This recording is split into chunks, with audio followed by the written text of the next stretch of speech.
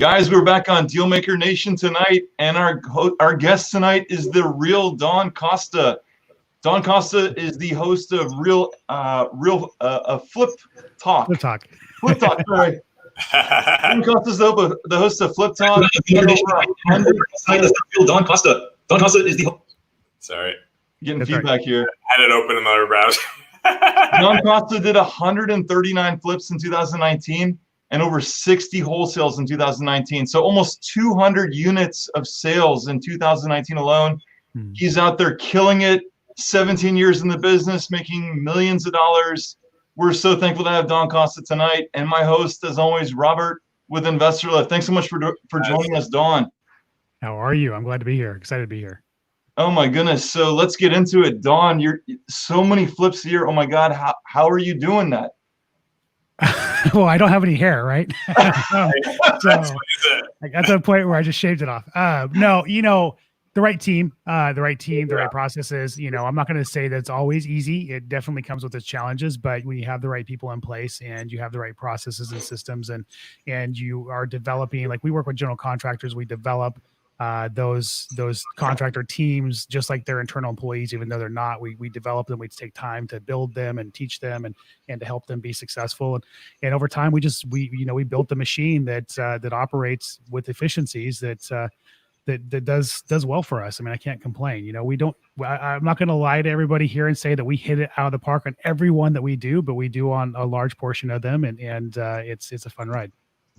Awesome. So I got to ask you this because I find this so impressive. You did over 100 flips last year. Like typically what I see with real estate investors is they start off, they're doing like a flip, couple flips, few flips. They're managing it all themselves so they can keep on the contractors, make sure that products are getting delivered on time, make sure that the scope of work is right, making sure that the schedule is being followed, making sure that stuff gets done on time and on budget.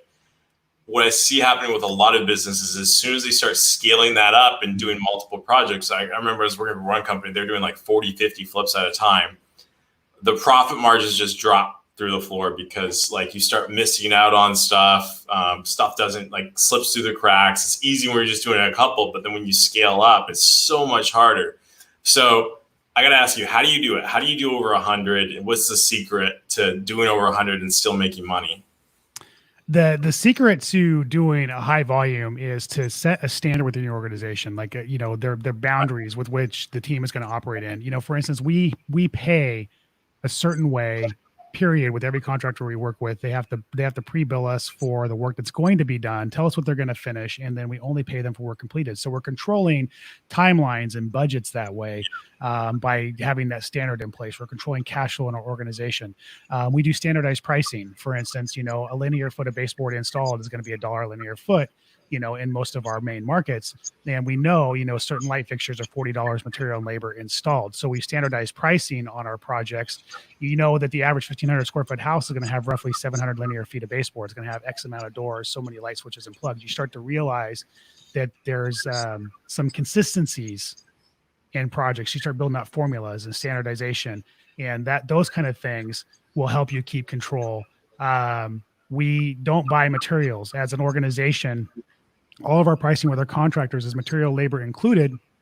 So the contractor is responsible for providing picking up the materials. They have a material list, a preferred list we work with, but they're responsible for doing that and making sure they're on the job site. So there's no blaming us for something not being there that they may or not need that could slow the project down. We started building out these processes, and we stick to them, and we live by them, ride or die, right? And on these processes, and that's what allows us to be successful. Whenever we start to deviate as an organization, we start to fall, apart a little bit. So it's very important that once you kind of determined your method, that you stick to that method and you only improve on it when that improvement's going to make you more successful. Got you. So it's all about systemizing everything. It's all about systemizing, communication. We use Slack as a tool for communication. We don't text or email or call about anything on a project. All communications in Slack. So we have a communication channel. We have, we have a communication log. We have everything anybody needs to know. Everything's been approved or not approved. I mean, it's little things like that. Like literally, like if you and I have a conversation about a property, and one of us is going to slack that conversation. We're documenting everything. Everything has a purpose and a process. And as long as we stick to that, we're fine. Awesome. And I got one more question for you. Do you sleep at night? I do. I do sleep at night. It seems so stressful. So many projects all, if you on a personality test, some of the higher end personality tests, my patience is off the charts. And that's one of the things I think the advantages I have is I can compartmentalize and I'm extremely patient. And so I'm more of a problem solver that'll work through issues. If we run into something that some people might lose sleep over, I'm like, okay, well, that sucked. How do we not have that happen again? Let's build a system for that. Got it. And that's we're constantly growing and evolving. We're obviously not perfect, but as we get these new systems in place, as we solve these new problems that arise, as you go as an organization, you become more and more efficient. Yeah, got it. And you still do a lot of wholesales too. Like you're wholesaling, it seems like it's kind of a side gig for you, but you're still wholesaling more than probably 99% of the wholesalers in the country. You did over 60 wholesales last year. Talk to me about that. What are your thoughts on the pros and cons of flipping versus wholesaling? Have you been wholesaling this whole time? Have you done more of it recently or less of it recently? Is it something you want to do more of in the future? We're doing more and more this year, simply with COVID going on and some of the uncertainties in the market. I mean, for most people, they see a super hot market right now. For me, who went through 2008 and lost everything in 2008 because I didn't move fast enough and didn't prepare right, I'm more preparing for the worst and hoping for the best type of thing. I think that there's a lot of underlying factors that are going to pull the rug out from the market, at some point. And so we're definitely wholesaling more. Wholesaling, I started as a rehabber in 2003 because wholesaling there wasn't YouTube University. It wasn't a thing. It wasn't talked about. I started as a rehabber then. When I got back into the business in 2012, I started as a rehabber. And I avoided wholesaling for a long time, mostly just because I understood rehabbing and I liked it. And it wasn't until 2018 where we really took our marketing to a whole other level. That year, we sent out 1.2 million postcards. And I realized that I couldn't just rehab and market at the level I wanted to market because, everything that we're going to do is going to fit in our box of my camera because it's going to fit in our box. Right. And that's all we're going to rehab. Everything else is garbage for us. Yeah. But it's not garbage for somebody else. Right. And so at that point it was like, okay, well, let's wholesale, if we can monetize some of these other leads, it makes sense. And my challenge as a business owner and a rehabber, and I think a lot of people struggle with, if you're a wholesaler going to rehabbing or a rehabber going to wholesaling is it two different businesses and what is that going to look like? And to a certain degree it is. You think about them in two different ways. And my concern was, would my team take the easy route on a deal that they spend a little more time working, we could get better profit as a rehab? Would they take the easy route to wholesale only? And we did run into some of that, but again, systems and communication and meetings and training, and you start working through some of those issues and we managed to work it out. So. Awesome. So Don, you did 139 flips last year. Can you sort of tell us, that's probably what, 12 deals at a time, 15 flips at a time? How many flips at a time are you doing? So our average turn time is roughly 100 days. So we'll generally have about 45-ish, 40 to 50 projects in some kind of swing at one time. The most we've ever had in one swing, I guess one, what's the right word for it? But about 65 properties was the most we've had kind of in inventory in one shot. So, that's roughly. So what does your team look like to manage that pipeline? We have 2 internal project managers. Then what we do is we work with general contractors, but we work with generals that have their own crews. So they'll have their own tile guys, their own painters, and generally they'll have multiple crews so they can run more than one project. And that's what we look for in a contractor. Like, we don't sub because it's like herding cats as far as I'm concerned. As patient as I am, I don't like it. Yeah. We don't work with contractors that sub because they're too expensive. They're taking sub pricing and marking it up. We're looking for that contractor that's going to give us as close to sub pricing as we can get from a contractor that has their own team. And then essentially our project managers are managing the managers, if that makes sense. Gotcha. We start layering that way. And what about the rest of your team to sort of build out that deal pipeline? What about like marketing, acquisitions, transaction coordination? What does the rest of that team look like?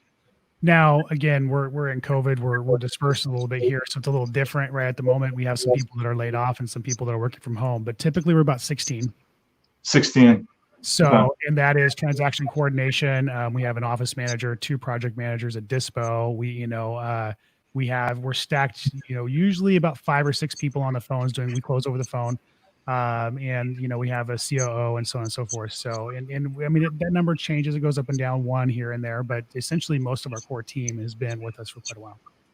So you got 5 acquisition associates taking phone calls and trying to lock the deals on the phone. Trying to lock deals up over the phone. Mm-hmm. I got you. We're heavy marketing side. Yeah. Because I mean, we're a marketing business first, right? I mean, let's get real. We're not an investment company, so we're very heavy on the marketing side, and we're very lean on the operation side.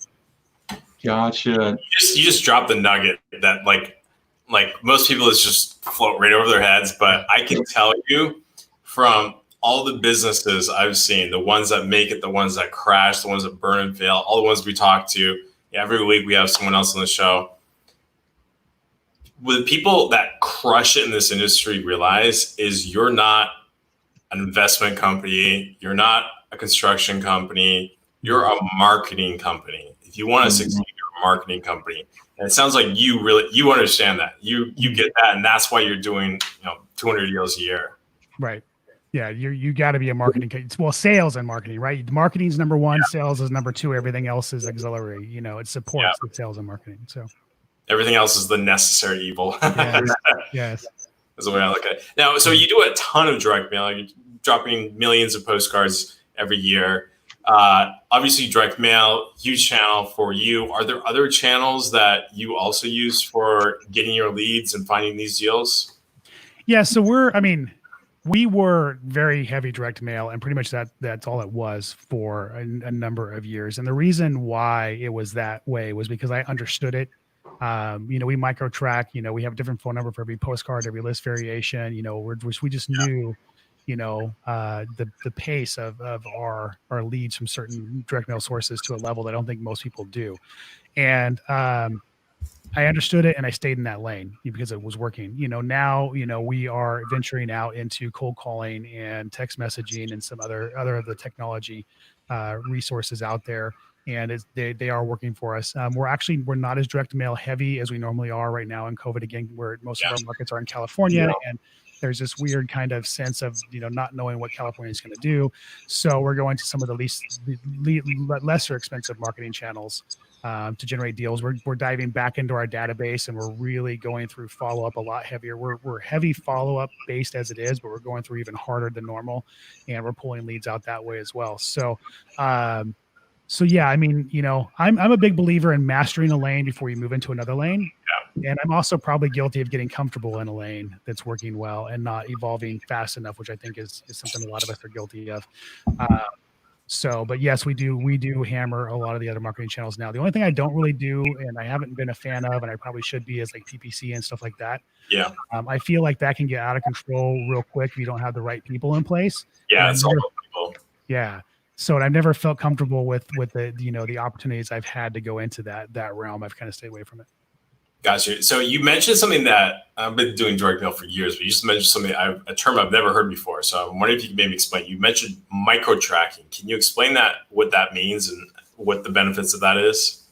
Well, so a lot of people operate any marketing channel that they do off of I feel, right? I mean, that's really, if we really get real, a lot of people operate off that, I think this, I feel that.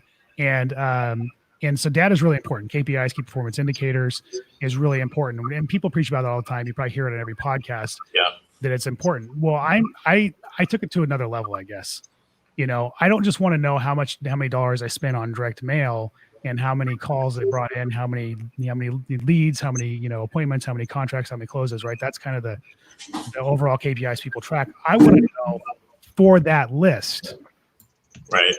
How many dollars it brought in, how many this, how many that. And so if I have, let's say I do an equity list, a 40 to 100% equity list, I'm going to have a certain phone number on that to track that it's that list that I sent out in this time period with this particular card. So I'm going to say it's It's a Doodle card, which is a card I used for a long time with Doodle art. It looks like a 5-year-old wrote it. So, Doodle, 559, NOO, blah, blah, blah, Doodle card. And it's going to, and we're going to track it. And we call them split tests. And we track them. And then we look at all our deals each quarter and at the end of the year. And we're looking to see where they came from. And one of the things that I saw was, for instance, a lot of people believe in mailing certain lists every single month. I found that certain lists don't bring in any more money, even if I mail them more. But they're best mailed every 60 to 90 days, right? Instead of wow. So I started to figure that out. I started to see that I have low hanging fruit and high hanging fruit lists. So some lists produce contracts and closes right out of the gate, where some lists are we have to work through title issues, or there's follow up that we have to do on those particular lists before they close. So a lot of people avoid marketing to owner occupied. That would be a high hanging fruit list. It takes a little longer to work the list, but it does produce. Yeah. The unknown equity list, which pretty much everybody knows about at this point in time. So for me, it's a high hanging fruit list. It doesn't produce right out of the gate, but it does over time. And I found that out in 2018 when I started doing this kind of micro tracking on everything. If I change the postcard at all, if it's a different quarter, like we change the number, we have hundreds of numbers. New phone number on every single list and different designs. So every single lead, which list, which design, this is what worked, this is what didn't work. Yeah. So in 2018 is when I started doing it at that level. And I mailed out an unknown equity list and an equity list at the same time. And all of our contracts, in the first quarter came off the equity list. And so I didn't mail the unknown again in the first quarter because I thought it doesn't produce. Well, then May and June that year, we got like 30 contracts in 1 month. May and June, we locked up a bunch of deals. And had I been going off of feeling, the only list I was mailing was equity at that point. And so I would have felt that that's what was bringing deals. But when I looked at the data, everything in second quarter was stacked to the unknown equity that I mailed in January. Interesting. Wow. So, and you start seeing that. You mailed it in January. When would you see the deals come through? May and June. May and June. Wow. Yeah. Mm-hmm. Huge lag. Huge lag. Incredible. And a large portion of that was because of our follow-up process and systems of hounding people to stay on them for the appointments and stuff. So I got to ask you this. You mentioned that certain lists you get like low-hanging fruit right away and it just kind of dies off. I've seen that too. I've seen that like on certain lists, I get like a spike right away and then it just falls off. And then there's this really weird thing that I've not been able to ever figure out how to explain. But after 6 months, I see this on so many lists. After 6 months, there's just all of a sudden this spike again, like for whatever reason. I don't know why. I've seen that over and over. Now the like kind of the gurus will tell you just mail every month, every single list. It sounds like that doesn't work on some lists. Can you tell us which list that doesn't work on? And do you have any ideas of why? I personally don't feel like it works on any list at this point in time. I think, the market all marketing channels are competitive. And I think with that competitiveness in the market, I think mailing every 30 days, it just costs you more money. I think 60 to 90 days is appropriate on just about any list at this point in time if I'm being real with you. If you're going to really get nichey and do like code enforcement or tax defaults, just like that, then that would probably be an every 30 day. You want to touch them because they're in pain.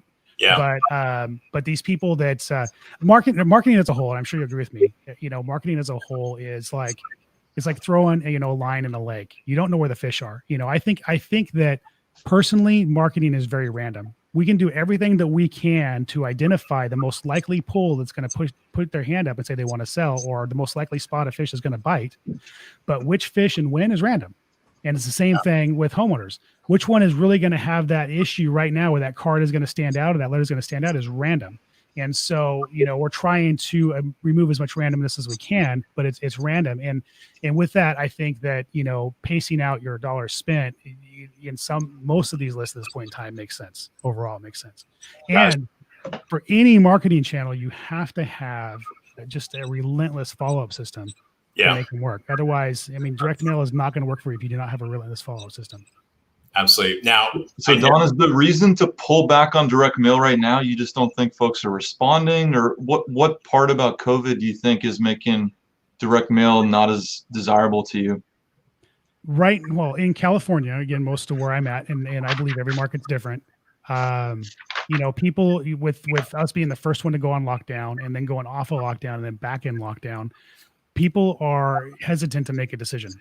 Yeah. They're hesitant to commit because they don't know what's going to happen. They don't know where they're going to go. They don't know what's going to happen. They don't know if they're going to have a job. And so there's that hesitance in making a commitment. So for me, losing everything in 2008, I'm very big on keeping my cash reserves and my resources strong. And when I'm looking at the fact that it's going to take a longer run on that dollar spent to get a return, I would rather opt to use marketing channels that are just less expensive right now to try to drum that same kind of energy up. And so you're just seeing a lower deal volume then, is what we're sort of hearing. Slower to the table, yeah. So there is a little bit of slump, and we're starting to pull back out of that, but definitely slower to the table. Gotcha. Yeah. Gotcha.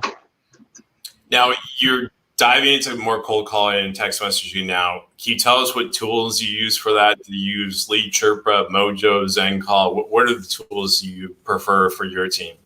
So Launch Control is the text messaging platform that we are utilizing now. That's it's new to us. We were on a different one for a while. We are using internal VAs right now for cold calling and follow up.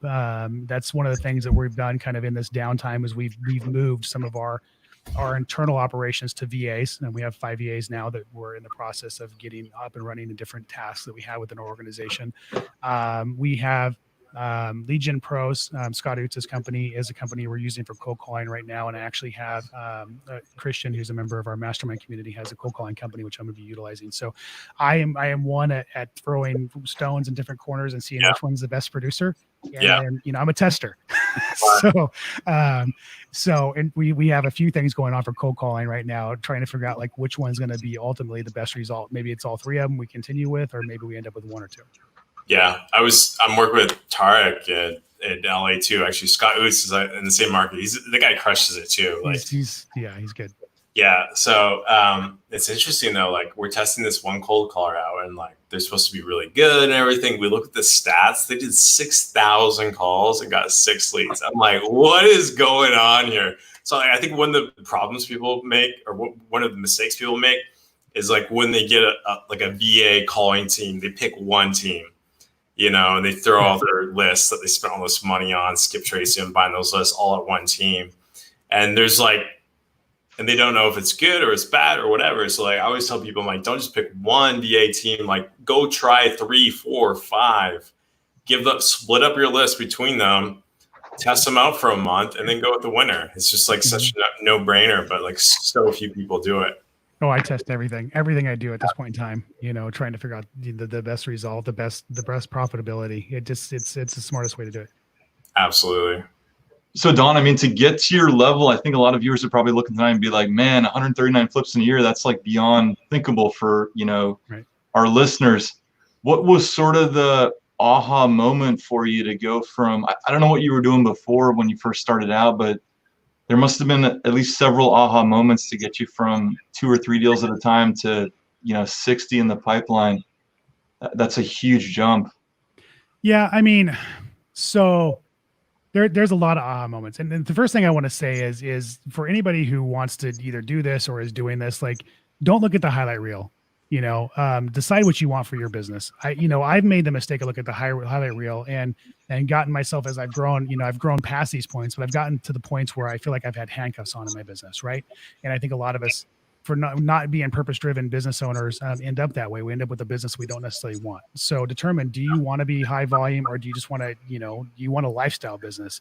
So I think that's important, first of all, for me to say before I go on with anything else. But, for me, it was those moments, those handcuffs moments where I ended up with a business I didn't want and I wasn't happy and I was miserable. Like, going to, show up at a property to pick a paint color, while I'm late to pick my son up from school and I'm, closing the door to my truck, walking across the street thinking this sucks and I'm not even enjoying what I'm doing, caused me to let go. I'd already had a kind of a project manager in place, but I hadn't let go and got out of the way.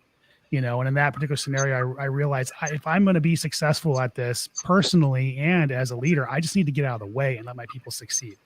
And so there's moments like that where you realize you can't be a bottleneck in your organization. You can't control everything. You can't do everything. You're just not going to love it. that caused me to grow. When you're flipping, when you're rehabbing, you're borrowing money and you're taught that you have to have skin in the game. There was moments, where like every other rehabber trying to grow or scale, that you're running out of money in the bank because all your money's in projects. And that was another handcuff moment where I was miserable and staring at the ceiling, couldn't sleep at night. And I was like, I can't do it this way anymore. So I went to all my lenders and I said, I'm not going to work with you unless you give me 100%, because I'm a better bet if my money's in the bank and I'm running a healthy business.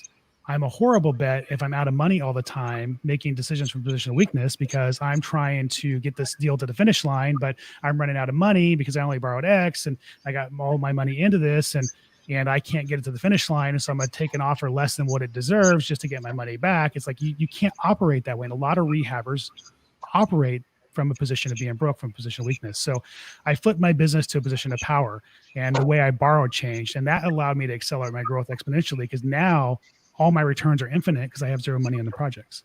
So it's stuff like that where you hit those walls and it sucks. And you look at your situation, you go, what's a better way? Yeah. And you do the better way. You tapped into something killer here. And this is this is the reason why I find wholesaling so sexy, is your returns are infinite. You're not putting up any capital in the deal. You put it under contract. You don't actually put any money down. You don't ever buy the house. You just flip that contract and make $30,000, $40,000, $50,000 sometimes on the assignment fee.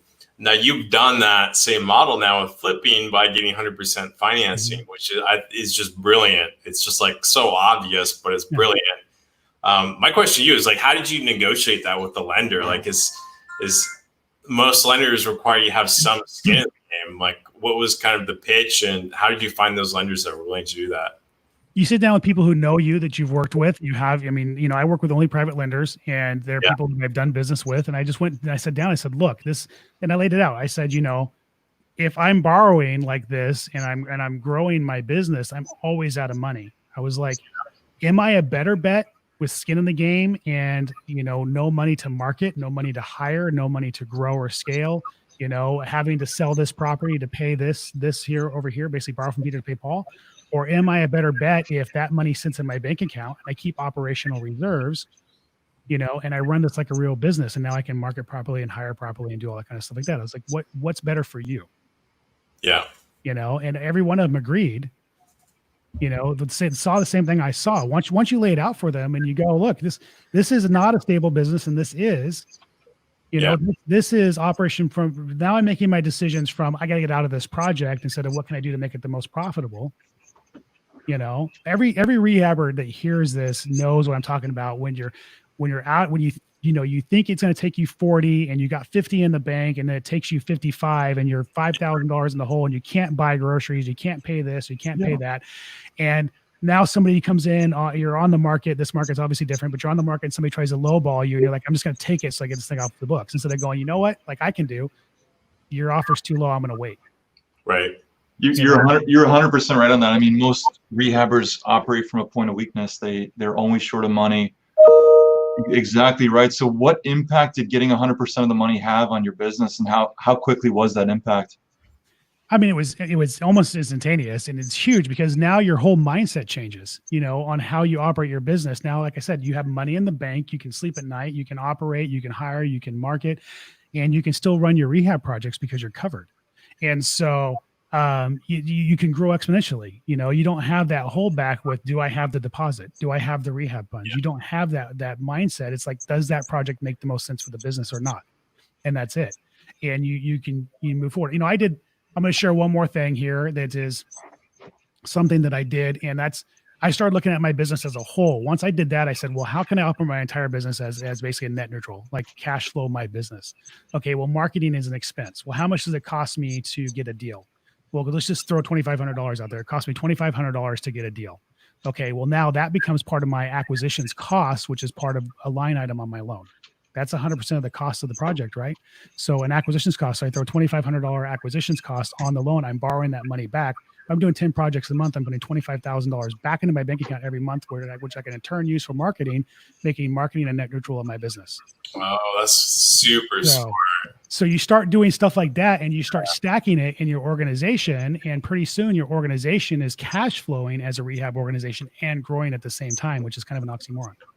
So brilliant. Just like these small things that you're doing that like none of the people that are trying to scale flipping are doing, I think are what separates you from the other companies that have tried to do this at scale. Because every single company I see try to flip at scale, they crash and burn usually. But you figured it out. It's just these small things like managing cash flow. I mean, that's really what kills a lot of people that try to flip at high volumes is just the cash flow. It's just so hard to manage. And it seems like you've just cracked it with these super innovative solutions. Right. Right. It's small things. When you got to those moments of suck, right? Like it's like what's the one thing I can change and make this better? Right. It's like when you're constrained, that's what forces you to innovate. So getting 100% financing, I can totally understand that. What were some other sort of big aha moments for you? I mean, there's a lot of them along the way. You know, each system we have in our organization, you know, having, you know, contractors running me ragged, wanting to get paid right when they finish the job was one of them. That's when we went to the system of you pre-bill us and we only pay on Friday. And that solved so many problems. Okay. So Friday you send me an invoice and you say, I'm going to do tile and paint and, you know, one other thing by next Friday. My gal comes in the office on Monday. She reconciles, she cuts all the checks, you know, she sends that information. We send those reports to our lenders in transparency. So our lenders have transparency. Some of our lenders we do draw from. I'll be clear, like they don't give us 100% rehab up front. We draw it as we need it. And so we send that report to them. They have the transparency. They give us the money that we need for that week before we actually pay it out. So we get that money in our bank account. And then Friday we confirm the work is done and we give that check to the contractor. So now we know what our cash obligations are for the week. We know our lenders have transparency. We have the capital in. So again, we're managing cash flow. We have the money in before we give it out. And then the contractor only gets paid for work completed. So we're making sure that we have control of the whole process. So you run in, again, it's another suck moment, and you build the system out that controls multiple things in your organization and allows you to run and operate. You know, Slack was one of those where it was, well, who approved this and who approved that? Well, I sent it to you in an email or you did it on a phone. Well, no, let's just put it all in one spot and that's it. And so that became the rule. And so it's a lot of little aha moments that got us to where we are right now. You know, just like I said, every time in your organization that you hit something that doesn't feel right or feel good or doesn't operate the way it's supposed to, problem solve, find a solution that's going to allow that to operate and streamline from every moment forward, you know, in your operation. So in your model, does the GC provide the material as well? Are you speccing the material or are they doing everything material and labor? They're doing everything material labor, like we talked about in the beginning. Yeah, we make them buy all the materials. We give them, we have a material sheet, like a preferred material sheet that we've operated off of for a number of years that we give to them. And so they know what to do. It has links and everything. You click the link and it goes to, you know, Home Depot or Lowe's or wherever that particular product is, but they're responsible for getting the materials 100%. And so your typical GC is handling how many projects at a time? It depends on the GC and their level and how many crews they have. So they, you know, if they're running multiple crews, they can handle anywhere from probably 3 to 4 to 5, depending on the number of crews. I don't like to give any one crew more than 2 at one time. You know, I've kind of learned the hard way, and I don't ever want them to start 2 projects at once. So I like to have a little bit of lag time. So it takes a little while to build the momentum, you know, as far as when you're starting to get volume up and how to stack these people. But I've learned that they'll overcommit. You know, they'll want to please or they'll want to make the money and then they'll fail you. So we only try to give them about 2 and we don't give them all in one shot. And then depending on the number of crews that contractor is running, depends on how many jobs are running in one shot. So, I mean, if you're doing 60 projects at a time, you got 30 GCs that you're managing, plus or minus. No, we have six GCs that have multiple teams. Yeah. So yeah, and at the height, in one time we had 60 projects in inventory, but that doesn't mean full-blown rehabs at one time, just to be clear. Like that's in some stage. Like if you're doing about 15 a month and your average turn time is about 100 days, 3 months, you're going to have about 45 in inventory in one shot, but not all 45 of those are going to be full-blown. Some will be coming in and getting started. Some will be in inspection period. Some are being full-blown rehab. So it's not as overwhelming as it sounds. Like they're all in different kind of stages of the project. So can you give us some insight on where you're finding these GCs, how you're vetting them, that side of the process? Yeah, I mean, as far as finding GCs, I don't do anything different than anybody else. I drive for GCs. Do Craigslist. We do referrals. We do, we find them any way. Just about anybody else does it. So the key factor is how we hire. And I'll just give you a quick overview. Right off the bat, we're honest about who we are. We don't kick it around. We're rehabbers. We're looking for somebody that's going to give us wholesale type pricing. We're not looking to gouge you or rake you over the coals, but we don't want retail either. We're somebody's going to be able to send you consistent business. So half of them will eliminate themselves right there. Once we get the ones that want to continue talking to us, we have that conversation with them about what that looks like, as far as pricing goes, what that looks like as far as expectations, and work goes. And, again, half of them will probably eliminate themselves in the calls. I'm sure people who rehab have heard the contractor say, I don't work with rehabbers. They rip us off or they're too cheap. So once we get down to the person that we feel like it's going to be somebody that we can work with through that course of conversation, I always want to see a project that they're working on, like a work in progress and a finished project. Most people jump to the finished project. They want to see the work. I want to see the work in progress because I want to see, does the contractor, does the job align with where they say it should be? That to say they're supposed to be done in 3 days and looks like they're halfway done, that's a problem. Do they have enough people on the job to align with where they say they should be? And, as far as in the scope of work, is there safety hazards on the job? Is it messy? Is it trashy? You can learn a lot about how somebody runs their business or how honest they are or how big of a fool they think you are by the information they give you and then going to a working job site. So that's important for us. And then we want to see a finished product, not because I want to see how good you do. I want to find one thing that you have done wrong or isn't perfect. And I want to pick that out because I want to see how you handle that. Do you blame somebody else? Do you scapegoat? Do you blame the owner or somebody you fired, or do you take responsibility? And so our best contractors are the ones who've said, you know what, if you don't like it, we'll fix it, or this or that. They've taken responsibility. That means they're teachable and coachable. That means there's somebody that we can work with and develop, and like I said, essentially becomes part of the overall team.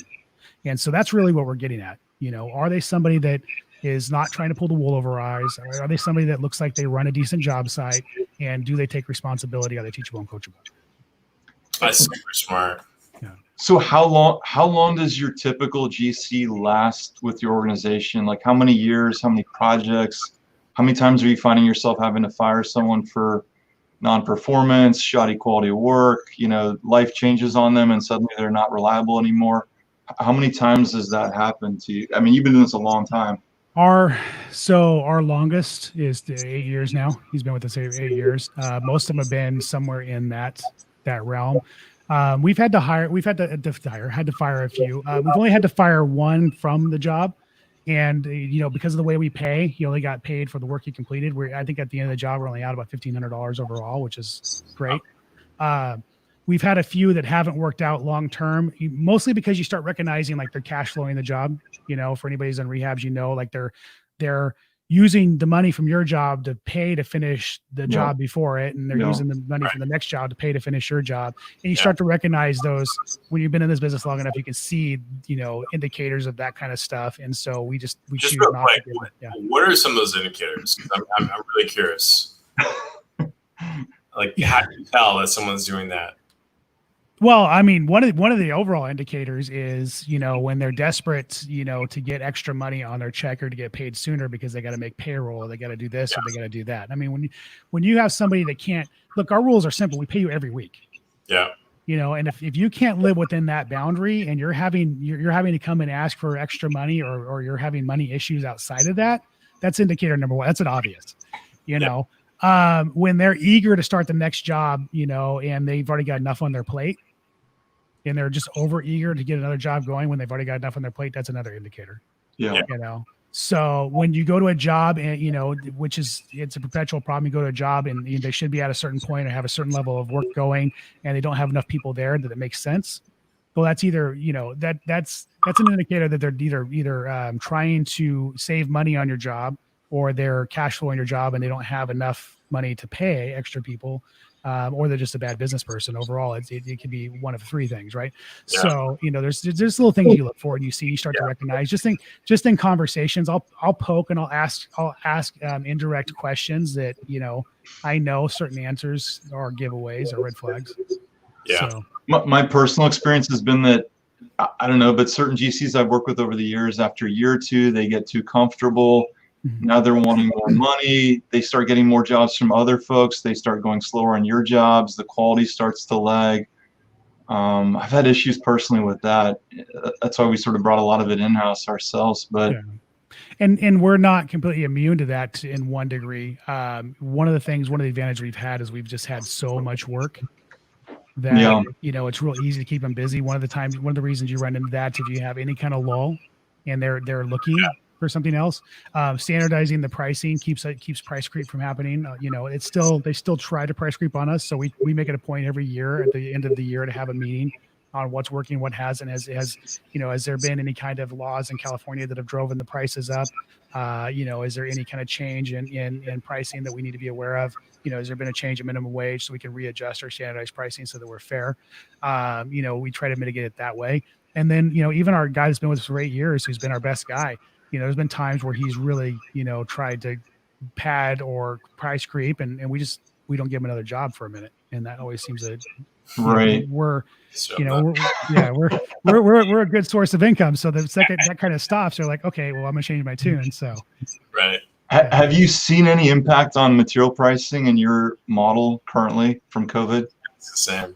Yeah, not so much from COVID yet. Only because we're like I said, we're kind of a little bit ahead of the game on a lot of what we're doing. But I see that that's going to be an impact. Tariffs impacted us. The whole tariff thing impacted us for a minute.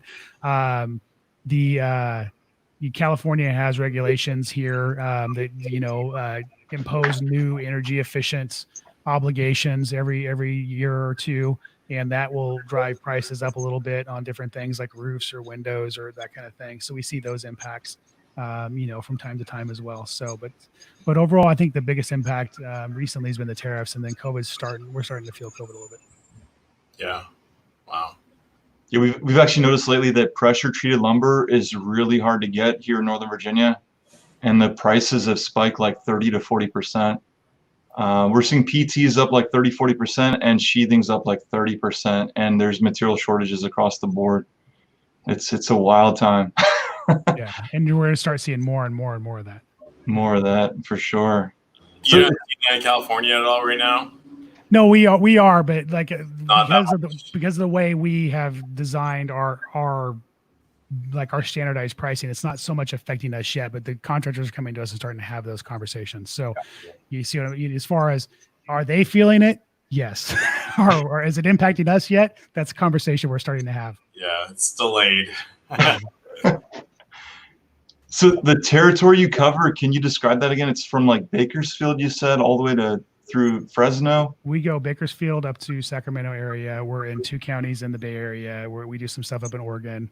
We've wholesaled some in Las Vegas, but I'm not even going to claim that we have a heavy footprint there. And then we just opened a new market in the Midwest. Just last week we started cold calling to it. So you said Tennessee, right? Tennessee. And why Tennessee? I'm curious. You got 50 states to choose from. What made you? I'm always curious about like the thought process that goes into these virtual wholesaling markets. What was your thought process on selecting Tennessee? I am big on markets I can control when I go into a market. I want, especially when I'm rehabbing, not so much wholesaling, I guess, as much, but and my dispo guy actually. So him and a good friend of his has worked for me for a number of years. Frank started as lead manager, and he's been a closer for our office for probably 2 years now.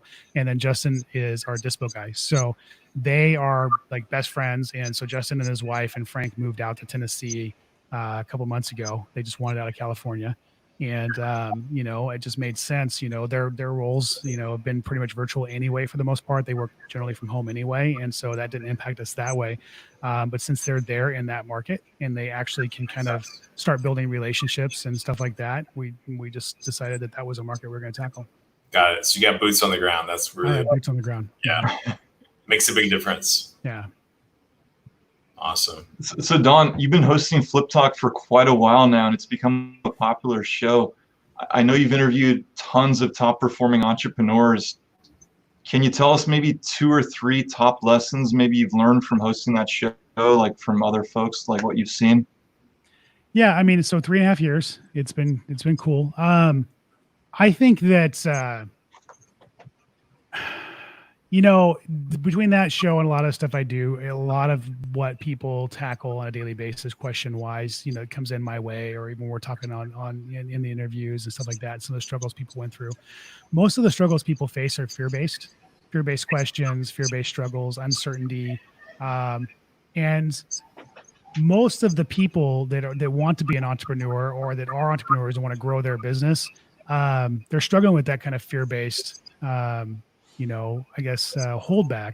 And one of the things I've learned is just not to operate in that realm, to understand that, massive imperfect action, get out there and take action. Momentum breeds momentum, to make it happen, and to not let those fears get in our way. Most of the people that I have either helped or dealt with or interviewed, or it's like they all know what they needed to do at one point, or all know what they need to do now. They just need either permission to do it, or they need a little tweak.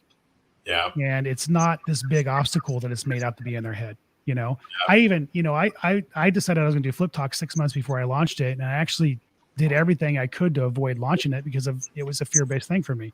And, when I finally took action, I realized that it was not that big of a deal, and had I taken action sooner, who knows where I'd be now, but I mean, 6 months, I guess not that big a deal. But just take action. Just do it. Everyone spends so much time analyzing things and thinking about all the different things that could go right and go wrong. And it comes down. I see this all the time with wholesalers and flippers when they first start out. I got to register my LLC and I got to get a CRM set up and I got to go do this and that and that and that. And then I can start marketing. I'm no, just get a list and start making calls, go driving for dollars if you need to. So we have a lot of what I like to call solopreneurs in our group. They're like one person shops. And I personally believe that to reach the success that you want in your life or business, you need to empower other people in your organization. You need to hire people. Mm-hmm. Personally, I struggle with that myself for years, how to hire people, get them to work, effectively within our organization. You have a really large organization, 16 or 17 people. Can you speak to, I personally think training is huge. If you're going to hire someone or integrate someone into your organization, it comes down to really the right training, I believe. Being where you are today, you must have a pretty good, grasp of training your folks, or you wouldn't have an organization as big as you have. Can you speak to how you sort of train your people? What does that process look like? To have 16 people, that's a huge accomplishment. So, number one, a lot of us, okay, well, first and foremost, a lot of us think that we need to control everything to make it successful. And I've been guilty of that. We're not good leaders. We think we need to control everything. And so, perspective, right? There's multi-million-dollar companies out there, Coke or you name it, these corporations that run without us every day and make money. So obviously there are smart people out there that can make money without you. So you don't have to bottleneck everything. So perspective there is important. The other thing is developing people. Don't just put the weight of the entire job on their shoulders. So many of us are guilty of saying, here is the entire job, and you just crush people under that. One of the things I've learned is to give people their role in increments. So here's your first task. And when you've mastered that and you feel like you have time on your hands, let me know. Here's your next task. And that's been successful for me in training. The next key is to let them make mistakes. Don't make it an environment that doesn't necessarily encourage mistakes, but doesn't make people fearful of making a mistake, because more mistakes are made when people are fearful of making mistakes. I didn't get where I'm at by being perfect. I got where I'm at by epic fails. Most of the things that work well in my business are because I had moments that I hated and I didn't ever want to have again, which are considered mistakes. And so you got to understand that you grow as an individual from making mistakes. And so your people are as well. So, like when I trained my project manager, he followed me for a little bit, then I followed him for a little bit. Then it was call me with your questions. And then it was don't call me at all. And if there's a problem, we'll address that. And as long as you learn from it, we're good. So that's important. And then the last thing I'll say is hire the person first. A lot of people go for the experience first and hire the wrong person. I would rather have somebody with zero experience as the right person that I can train into the role than somebody with a tremendous amount of experience that's the wrong person. That makes a lot of sense. And then how are you holding all these people accountable? What's your process look like for that?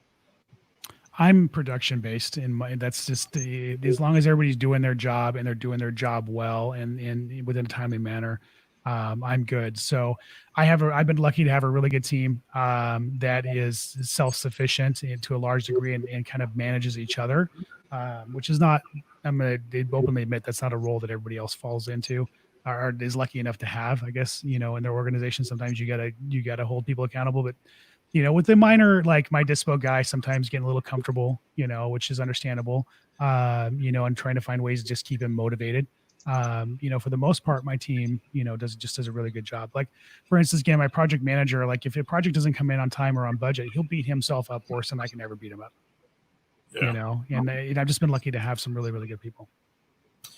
Don, I gotta ask you one thing. I know, like one of the things I see on a lot of flip and wholesale businesses is super high turnover on the sales teams, specifically on acquisitions. Have you seen that with your business, and how do you find great salespeople? What do you look for? Let me tell you that is anybody who says that that's not the number one problem that either makes them or breaks them is lying in this business. Yeah. The people out there on Facebook and Instagram that are just they're running the greatest business ever is because they got a hell of a salesperson and they don't realize it. Yeah. And the second they don't have that hell of a salesperson, their business is it hurts. And I know that personally because we've had some great salespeople and then we've had them move on. And that's, in my experience, that's one of the toughest positions to hire for, to manage, because they're usually squirrels. They don't like to be detailed and all that kind of stuff like that. And that's a position that will, at some point either burn out or want to move on and chase something else. And so it's been a challenge. And it's something that we're constantly working through in our organization. I'm trying to find a hiring method. Like, you have these tests, right? You have this test, which we all know that it's the triangle, and then you have OMG out there, and then you have like predictive index or culture index, and there's a profile in each one of them for a salesperson. I think the unicorn aligns on all three of them. Yeah, but I haven't found a unicorn. So, but every one of them has a perfect profile for a great salesperson. And I don't know, man. I will say that's one of the areas that I'm constantly battling and constantly struggling. And I have failed as a leader in not recognizing when I had somebody that was really good in finding the best ways to keep them and plugged in and motivated, and end up at a certain point losing them. And as a leader, I look in the mirror and I don't blame them. I say, okay, what could I have done differently? And how can I, make sure that they're not either burning out or that they're engaged or that they feel like they're getting the rewards they want. And that's something I think will be always evolving in my organization. Yeah, because I think like the name of the game when people get into this business is like the guys that are really good salespeople are usually the ones that are like, I'm going to be a millionaire by the time I'm 30. They have that drive, that hunger, and the arrogance almost. Like, you kind of need that arrogance to like really actually do well in this business. Yeah. So they come in. I remember when I started, like I came in right out of college at Express Home Buyers in DC with Brad Chandler. And I told him in the interview, I'm like, Brad, I'm going to work with you for 3 years to learn how to do everything that you do. And then I'm going to leave and then I'm going to do it on my own. And his response was, well, I've never had a salesperson work for 3 years. So like, it's fine with me, It seems like everyone usually comes in, the salespeople come in, they either suck and then they're out in 30 days or 60 days, or they crush it. And then within about 12 months, they realize, hey, wow, like each of these assignments is like $30,000. Each of these flips is like, $60,000, $100,000. And then they go and do it on their own. Or they fail on their own, one or the other. Yeah. I feel like for me personally, like what really was the motivator for me to leave is like, I felt like I was capped. Like it was like my incentive structure was set up where I couldn't work more to make more money. I couldn't work smarter to make more money. Like, it was just like, oh, if you do good, we'll throw you a bonus here and there. And then that was kind of what like ripped the bandage off for me. Where it was like, okay, I'm piecing out. I'm going to do it on my own, which is actually a really good choice for me personally. But I always thought like, if you wanted to keep those top salespeople, the way to structure it is to make it so that they feel like they can build their business under your umbrella. you know. That's what I've done now. I do software now, and what I do is each of my engineers gets a profit cut. Mm-hmm. So any dollars that come in, each one of them gets a percentage. So as they innovate more and make our clients more money, our clients pay us more money, they get each their cut of it. So they feel like they're building their own business within our business. So, but yeah, I don't know. It's tough to do. It's tough to do in wholesaling and flipping. It is. And, you know, one of the things that I've also seen is with newer sales acquisitions people, there's this, you don't know it can't be done. Yeah. You know, you come into this optimistic, you don't know it can't be done. So when you go talk to a homeowner and the homeowner's house is, you know, worth 150 and you get it locked up for 25, you didn't know that was impossible. Right. So you do it. And Right. that's what I've seen. And then all of a sudden they start realizing that it can't be done. And their production falls, their mindset falls, their, you know, that kind of thing. So there's that kind of curve of, you can't see my hand here, but that curve of, you know, the realization that, oh, I'm doing things that are impossible, and can I replicate this type of thing? That's a feeling, not a fact that I have, but that's part of what I feel like I see. Wow. Yeah. Don, I think you've given our viewers a ton of great information tonight. John Ma, John, how you doing tonight? John says tons of nuggets. Thank you. Don, I actually have a question for you myself. So what I'm noticing in our current market, it's a tighter climate. Sellers are, you know, because there's fewer it's lower deal volume. Sellers are nitpicking over the price even more. I wonder if you could give our acquisition team some advice on this scenario. So we're coming across this type of seller, it seems like several times a week right now. Our max allowable offer, let's say it's like 180. And they want 200,000 and not a penny less. And that's sort of where the conversation gets to.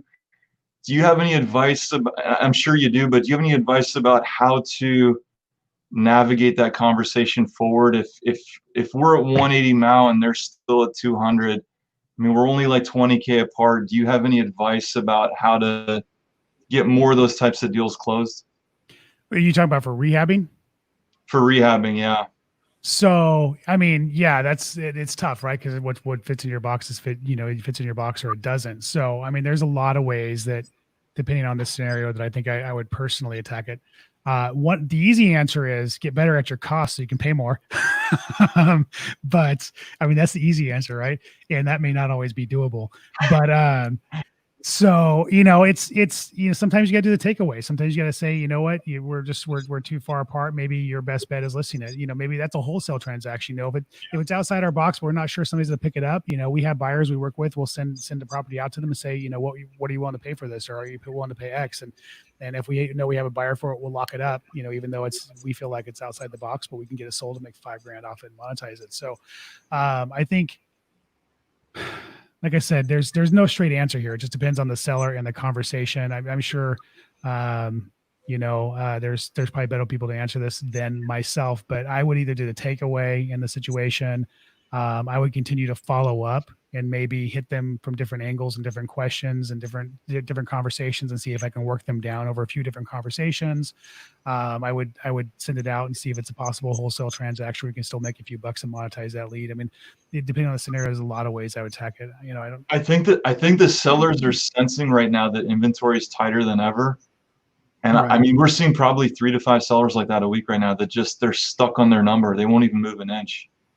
You know, and that's where follow-up comes in. I think a lot of the mistake that people make is feeling they have to get that square peg into a round hole. Yeah. You know, we had a scenario where we had a seller call us, and I think it was January 2018. I think it was that far back, and it was November 2018 when we actually bought their property.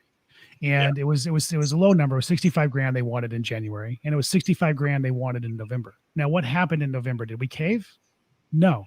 The market had changed and the comps had went up, and we were able to sell the property for more, so we were able to pay the price. Yeah. So we didn't bend or cave. We weren't able to get the seller to move in January. We didn't February, March, April, May as we followed up.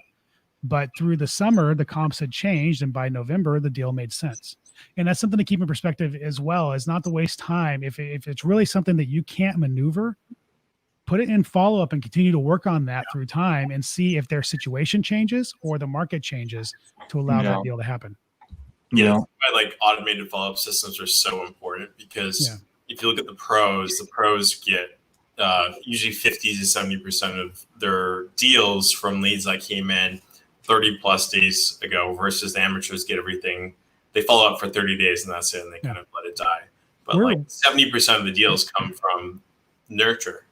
Yeah, we're 70-80% all day long of our deals are from follow up, to some degree, whether short term or long term follow up. So, and that's important to really, I think to understand. I mean, there's been times where somebody's called in and said, "Take me off your list," and we, pulled a new list and mailed to them again, and they called in and sold us their property, and we know they said, "Take me off the list," because it's in Podio, Right. So people's situation changes, the market changes, it follow-up's important, and not just automated. Person-to-person follow-up, relationship building follow-up is so key for long-term success. Like I have people specifically that just work leads, over and over, and they call and they talk about anything and everything, sometimes not even about the house, just to build that relationship. And when that person finally decides that they're ready to sell, we get the property. Yeah. We are live with Don Costa from Flip Talk. We're almost out of time. If you guys got a question, please post it up on Facebook or YouTube or any of our other channels. We got a question coming in from John Ma. John's asking, Don, what are the number 1, 2, and 3 functions the solo flipper should be working on outsourcing to get to that next level? So what are the number 1, 2, and 3 functions the solo flipper should work on outsourcing to take it to the next level? Well, you don't want to be swinging a hammer. That's number 1. You don't want to be the person doing the work. Obviously not doing the work is number 1. I in my belief, and there are people that believe differently. I don't believe you should be running and picking up materials. When I was doing the materials for the jobs for the contractors, I just spent 90% of my time in Home Depot. I can tell you that I can still tell you to this day every layout of the 4 Home Depots in my area.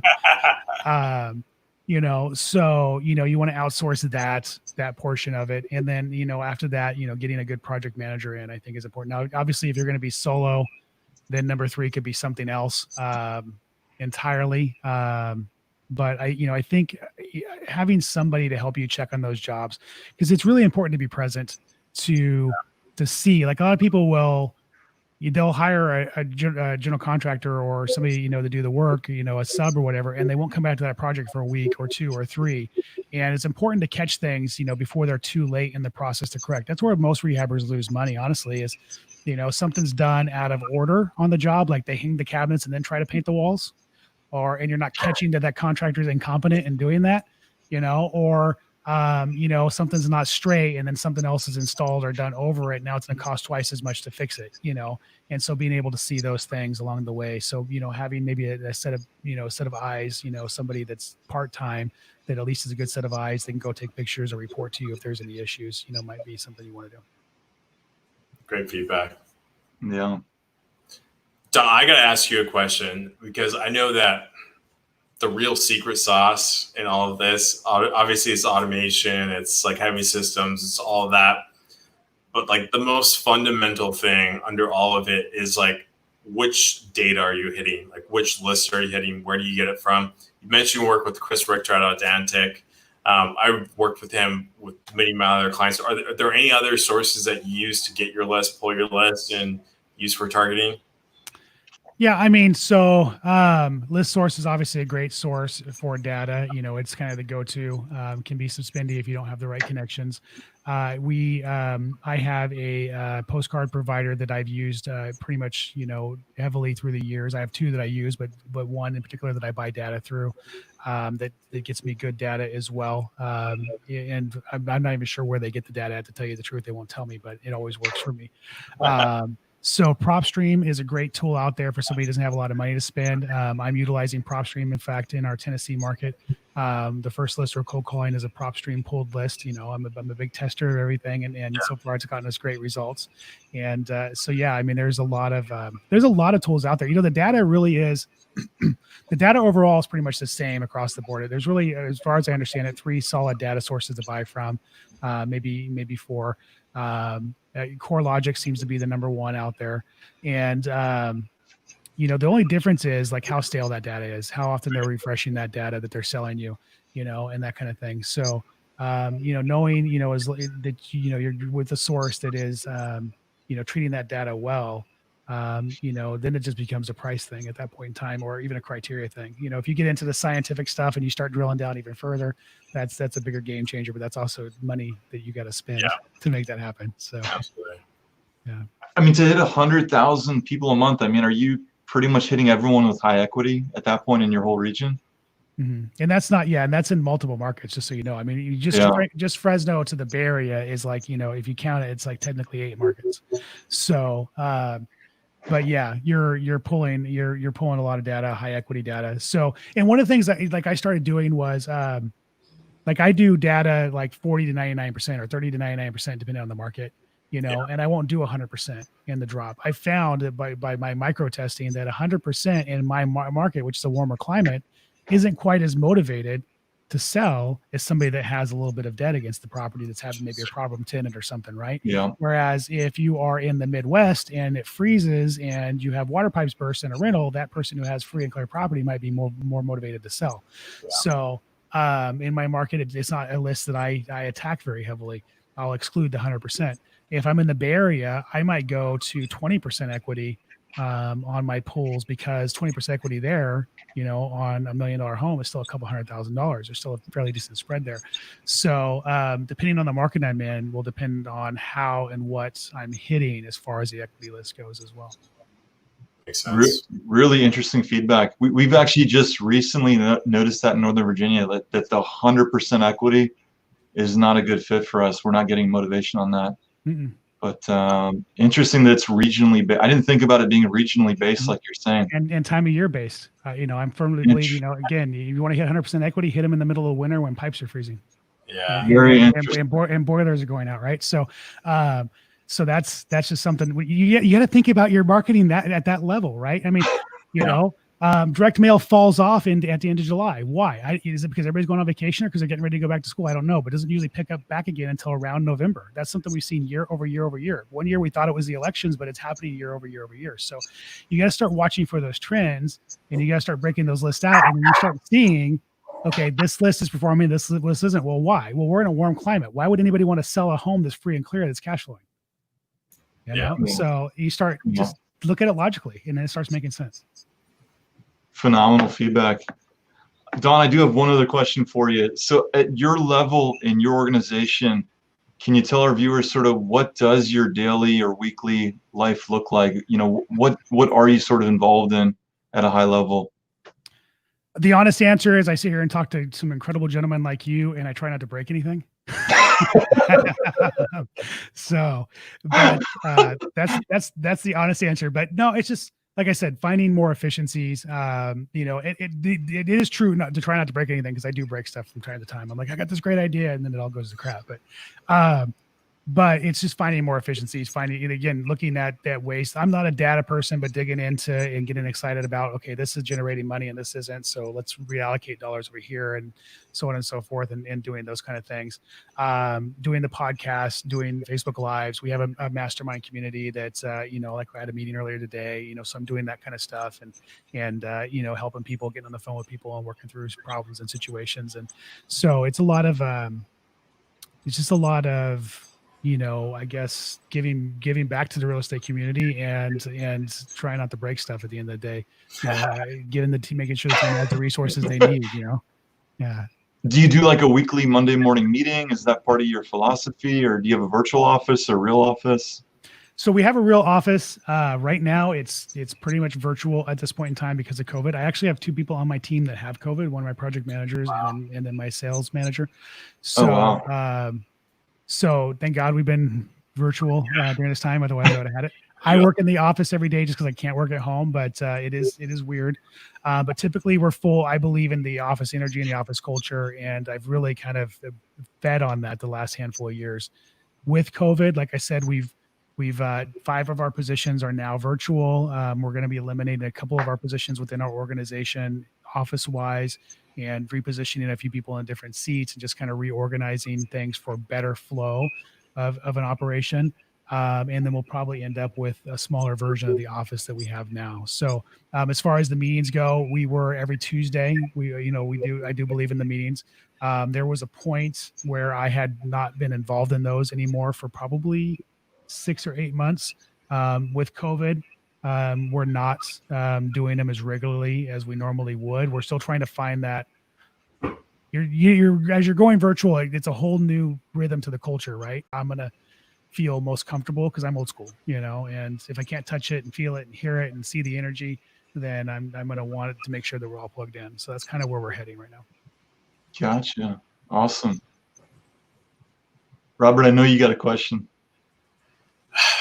Oh man, I got a lot, but we'd be here for like 3 hours. No, this has been great. Like, I think you were like probably the first person that I've met that has done flipping at the scale you've had successfully. I've seen a lot of guys try it, and they usually nearly bankrupt their business or bankrupt their business. Being able to handle over 100 flips per year is just super, super impressive. Offline, we got to talk about getting into wholesaling more, because if you do 100 flips a year, you could be doing 400 or 500 or 600 wholesales per year, and there's a lot of money there.